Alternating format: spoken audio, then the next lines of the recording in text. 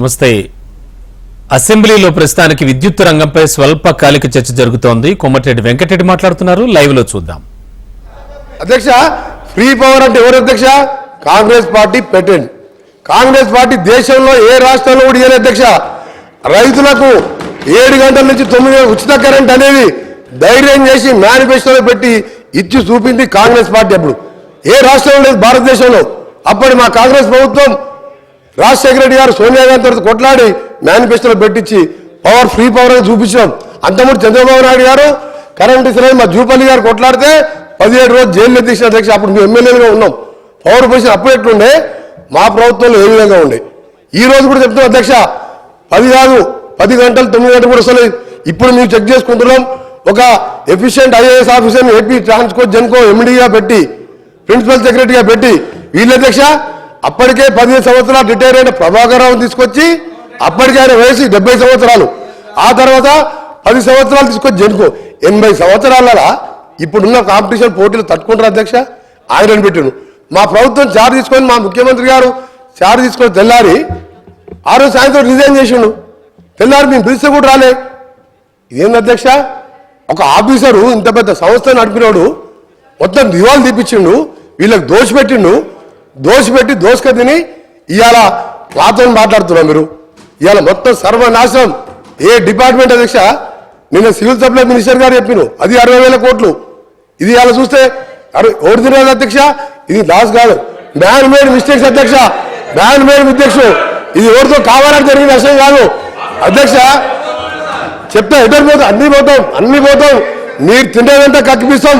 మీరు అనుకుంటారు ఇవాళ మీరు వదిలిపెడతాం అనుకుంటారు అధ్యక్ష. ఇవాళ గౌరవ ముఖ్యమంత్రి గారు చార్జ్ తీసుకోగానే ఫస్ట్ మీటింగ్ లోనే రివ్యూ చేసుకొని అరే ఆగవే సార్ వీళ్ళు కరప్షన్ అని భయపడుతుంది సార్.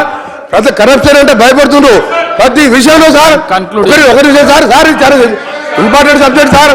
వీళ్ళు ఏంటంటే దొంగలు అది కాదు దొంగలు అనగానే భుజాలు తలుపుకుంటు సార్. వీళ్ళు సార్ ఇంపార్టెంట్ సార్. ఇది తెలంగాణ రాష్ట్ర రైతులకు సంబంధించింది. రాష్ట్ర రైతులని గౌరవ సభ్యుడు ఈ రోజు సభ్యులని సభని తప్పుదో పట్టిస్తున్నారు కాబట్టి చెప్తున్నా. మీరు ఒకటి చెప్తున్నా సార్, ఈ రోజు ఒకటి చెప్తున్నా.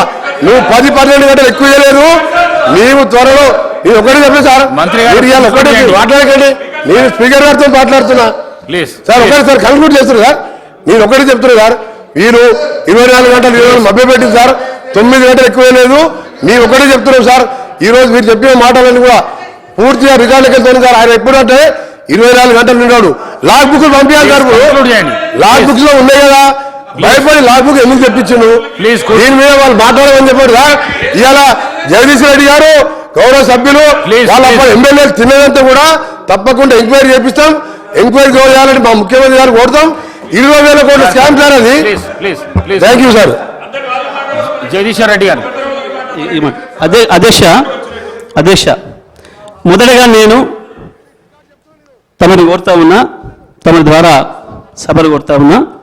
ఇప్పుడు వారు మాట్లాడిన ప్రతి మాట విషయంలో ఎట్టి పరిస్థితుల్లో కూడా సిట్టింగ్ చేస్తూ విచారణ చేయిస్తారా, కమిషన్ వేసి విచారణ చేయిస్తారా, వెంటనే విచారణకు ఆదేశించాలని చెప్పి నేను సభ కోరుతా ఉన్నా అధ్యక్ష.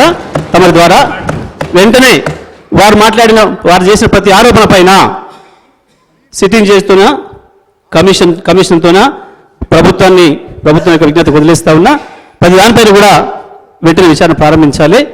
అయితే దాంట్లో దోషులు ఎవరో దొరికితే వాళ్ళని శిక్ష వేయాలి, లేదా ఆధారాలు లేకుండా అసంబద్ధమైన ఆరోపణలు చేసిన వారికి శిక్ష పడాలి.